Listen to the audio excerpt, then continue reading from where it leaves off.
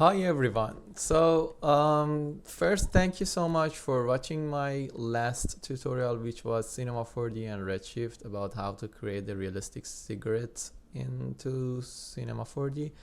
And again, this is my plan to make tutorials every week because weekends are the only time that I have for this. So hopefully I can run this every weekend, and thankfully this weekend I found time to focus on a new tutorial because I received a lot of emails and comments for Maya tutorial. So in this one I'm focusing on Maya and Arnold renderer, and especially in this tutorial I'm showing how to create this animation. So as you see, it is pretty cool, but it's also really easy, and it's pretty straightforward. Don't think that it's a crazy setup and animation. Just to clear the process and make it easier, we need to create two animations. One is the fork animation and one is the snake. So for the fork animation, we need a simple spinning or rotation. And for the snake, I use Maya and nHair here, which is pretty powerful and flexible. And for the texture, I used Maya Paint Effects, which I will show you how to create that texture without, bothering yourself for creating UVs and all this stuff. So for the fork, you can create the fork by yourself, which is good because you can sell it online and it's your model. Or if you don't have time to do that, you can just download one free 3D model online for many online websites like Turbo Squids. So just type fork and tag the free for the prices, then you get all these free 3D models. So I just imported my 3D model. Make sure you save your file. Always make sure you save your file. So in Maya, just go to the file, project windows, and then in this window set up the location and accept, and then save the file in the scenes folder. So you see scenes folder. All right. So first I'm gonna focus on the a snake actually.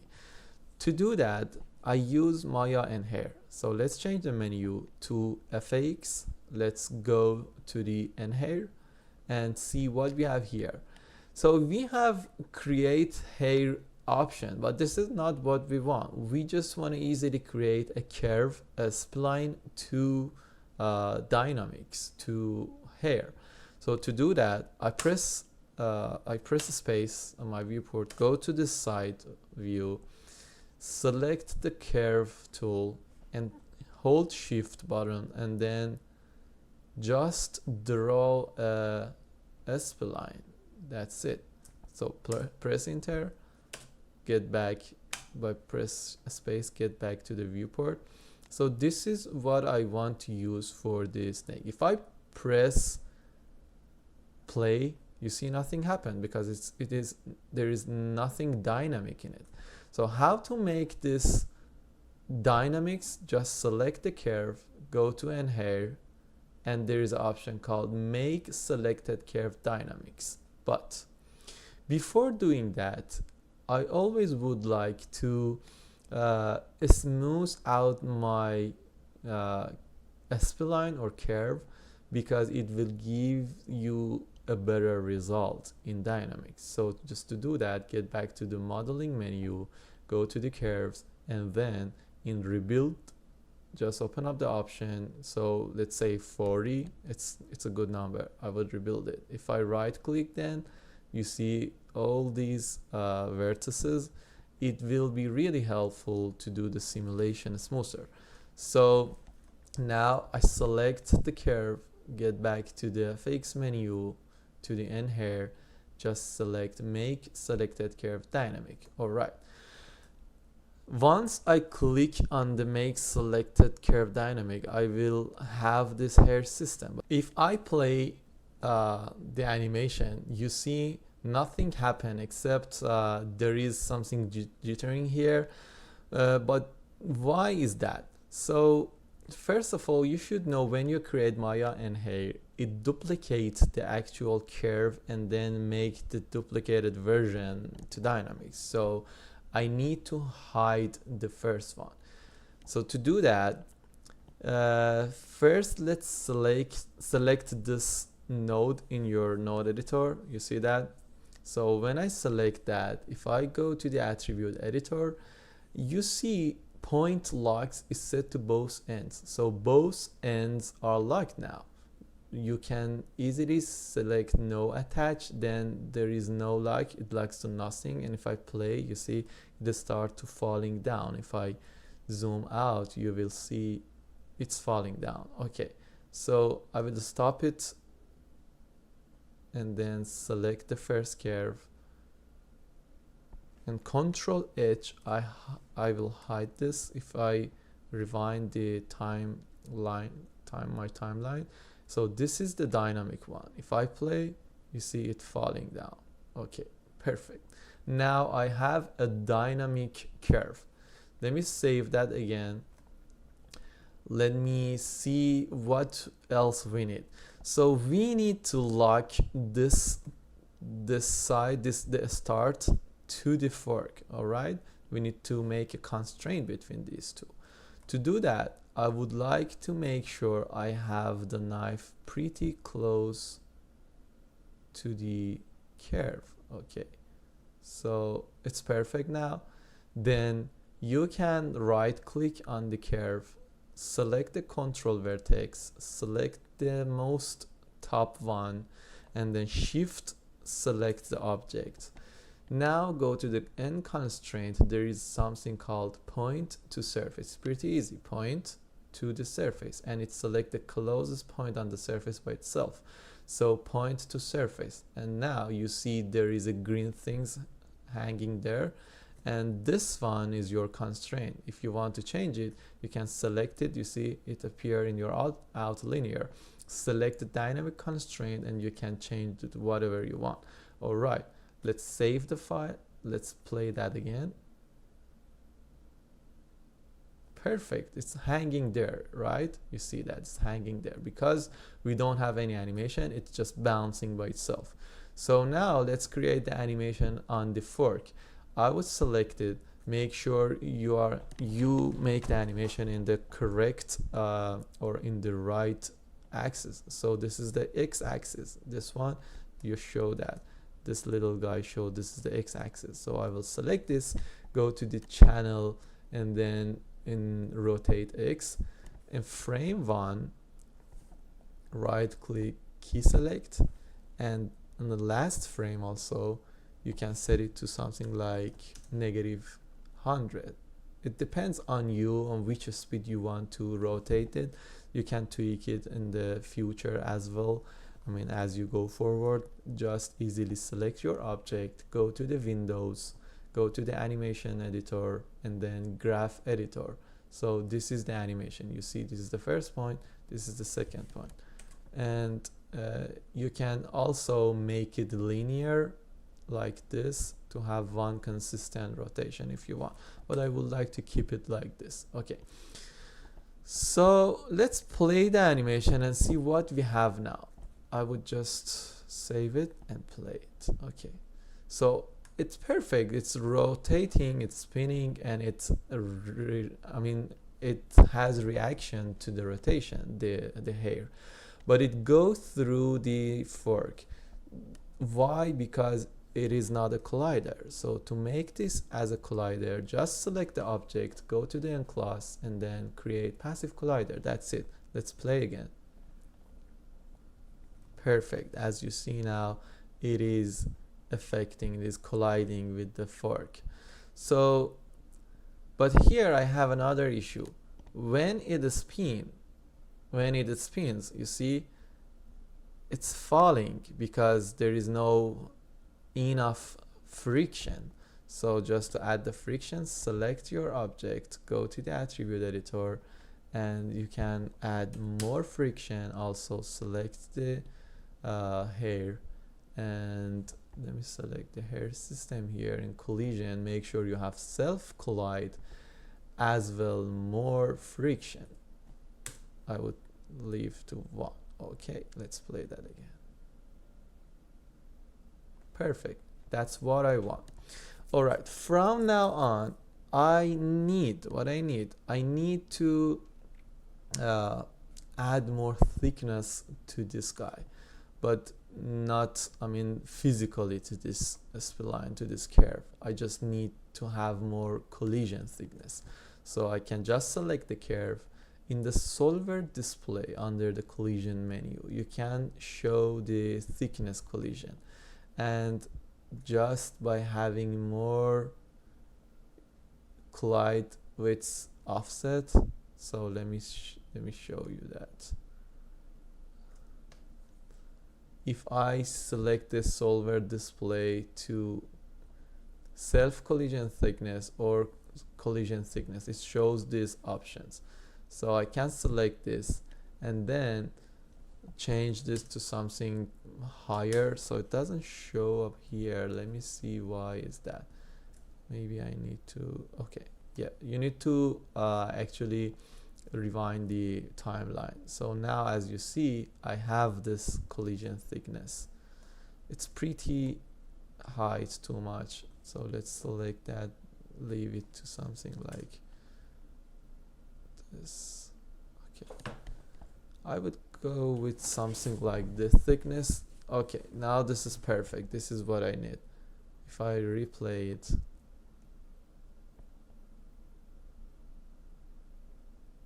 okay, awesome, this is great.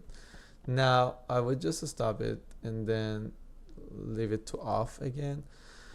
So now I have the animation, I have the spinning rotation, I have everything. I just need to add the snake skin texture and the geometry. So to do that, it's the magic, magic things about Maya Paint Effects. Just go to the modeling, create, generate, and then get brush. In Paint Effects, if you open up the Paint Effect folder, there is something subfolder called Animal.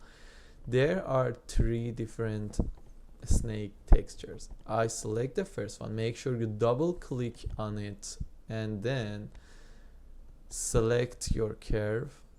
Go to the generate curve utilities, attach brush to curve. That's it.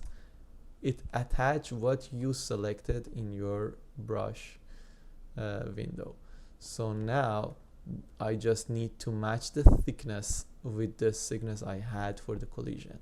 Select the snake brown and then enter the number until you get the correct things. So let's say 40.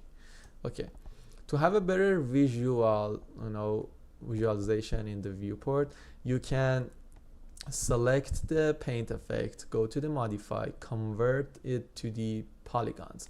Before that, I would like to make sure I have checked the quad output and then convert it. Okay, that's it. Now let me save that again and let me play it. All right, now I have this cool geometry which is affecting by the hair dynamic system. All right, so if I hit render now, let's see how can I see the texture. If I render the things and then you see I don't see anything. So first I need to set up the camera, set up the light before getting the texture. So let's do that. Here I would like just to jump on the camera setting and turn off the resolution gate to see what I have. And so it depends on you which ratio you want. So I would like to have it, a square just for Instagram post. And then I can select the camera, change the focal length to something like 85, for example, and lock the camera around here. All right. And now if I can, change this to fill to make sure this is what I see exactly. Okay, so let's save it again. Let's render it. I have nothing. So let's go to the render setting in system. I just want to make sure auto. So here's the thing, if you auto detect thread is set to automatic, it use all your CPUs for rendering, and it will be hard just to rotate the viewport. So I will uncheck that. How much CPU you have or cores you have, I would go with something 4 or 8 before that. So I think I have 48 threads, so I will leave it to 40. And then let's start creating lights. So create light and one area light, and then I will press T. This T give you a target, give you the aim. So I will put it here, put the light here, I will make it bigger and change the intensity something like 600. Okay, so as you see, it start to showing the texture, because by default it has its own texture. So let me set it to 1000. I can control D the light to duplicate, and then press T again, and now shift it to upside. So I have two area light now to lead the scene. Okay, so now here is the thing. This is the texture by default. This is not Arnold material. To convert this to Arnold material, you can right click, assign new material, and then in this window go to the Arnold and assign standard surface. So I just lost the texture, so how I can get it back? All the Paint Effects texture goes to your Maya folder in your program file in your C drive. So you can easily copy that snake texture and paste it to your source image folder. I can show you where that is. So if you go to the, let's say, Autodesk Maya 2018 brush images. All right, just so you know, this is the location. So in your program files, Autodesk Maya 2018 or whatever you use, brush images, you can find it here. If I press S, I will find, you see, a snake skin. I just copied that and pasted in my source image. So if I select this checker box and then assign a file, and then it will show in my source image, because I already copied and pasted that. You see, this is a snake skin, and if I open it, there we go. I have the texture, but in Arnold render material. So now I just need to assign the roughness on the specular. Also, I can add some bump to it. Just go to the geometry and then select exactly the same texture. You even don't need to make it, you know, black and white. So it works really good. So I just add it. Now I have the bump. It's too much. I would just leave it to something like 2.0 or maybe more. Okay, that's it. Now let's go with more. Perfect. So this is now the texture. I can create the texture for the knife, so let me just save it, and let me stop that. And if I play, okay, so here is another trick. If you see, if I play my timeline, it goes, you know, crazy. So the easiest way to have your simulation always just like what you want, you need to cache it. So how to create the cache for your geometry? Just select it and go to the FX and cache, create new cache and object. Just let it go. So the good point about cache, you always have the same animation and it won't be different because you know it's dynamic, it's physics, it can be different, I mean, look and feel and result for you. So once you cache it, this is the important thing. Just select the nHair, select the hair system, make sure you uncheck the nuclear solver, then it just use the cache, you see, and it's so light, so easy to play in your viewport, and it gives you always the same result. Okay, from now on I would just make sure I close this holes, because you see there is a hole here. Just to fill this hole, select the whole object, go to the modeling, mesh, fill hole, and it fill the hole. If I press 3 in Maya, it will smooth the geometry for me. You see, this is why I love Maya. So you press 3, it smooths it. Press 1, it get back to the first mode. 1 and 3, number 1, number 3. Okay, so now let me save it again. Let's see what we have. Okay, perfect. This is the texture, and for the knife, so I have this fork format on it, and you see I can play with the metalness.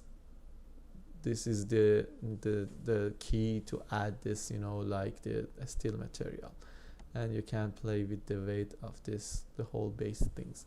Okay, so now I would like to create a background, which is pretty simple. I would create a cube. Let me go to this side and scale it, and move it to top. Make sure I have enough space, and right click, assign new material, Arnold, and Arnold surface. And in this one you can add some emission. It adds, you know, this, the good thing about this emission, so first you get a cool white background, also you it's kind of, it works like a rim light, you know, so it will be helpful for your lighting as well. All right, so this is the whole thing, and you know, if I play it, I get all these results. You can, you know, this is the whole thing. You can add more love to it. You can play with your lights. You can play with the texture. For example, I would like to select one of my lights and then add some blue tints to it. You know, it will be cool if you have a little variety, cool mix of cool and warm colors, something like that. And yeah, that's it. So this is the whole thing for lighting, for rendering, for texturing, and the only thing remains just to make sure you know how to render out the animation. So easily open up your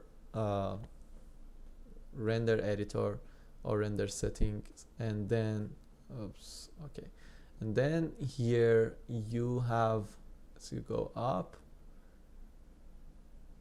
you need to set up the file format. So you can go with PNGs, for example. I always like to go with PNGs, and if you go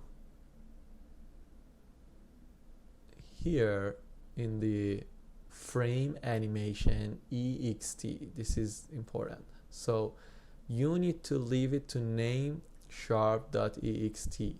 If you leave it to this, you see now you are frame range available. Set it to 1 and your last frame 400. That's it. Make sure by frame is set to 1. Other than that, it will render, you know, it will skip a couple of frames. Then file prefix, you can, I don't know, let's say a snake sp, and that's it. So now what I need, make sure everything is set up, and let's test it. So if I save it, make sure it's saved, go to the rendering, in render, batch render. So if I set batch render, you see it says result rendering with Arnold renderer, and it automatically start rendering all your frame that we will save in your image folder in that project window you just created.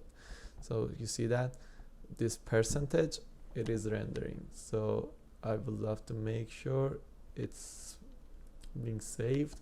So let's get back to the folder. Okay, where is that snake?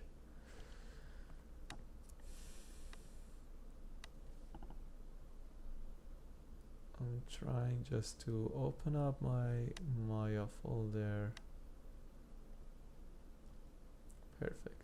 So this is the folder, and as you see, it is rendering each frame and it's saving, you know, each frame. That's it. And hope you like this, and please comment all your questions. I will answer it, and wait and keep updated. Stay tuned for the next tutorial, and let me know which tutorial you need to know. Thank you so much. Have a great day.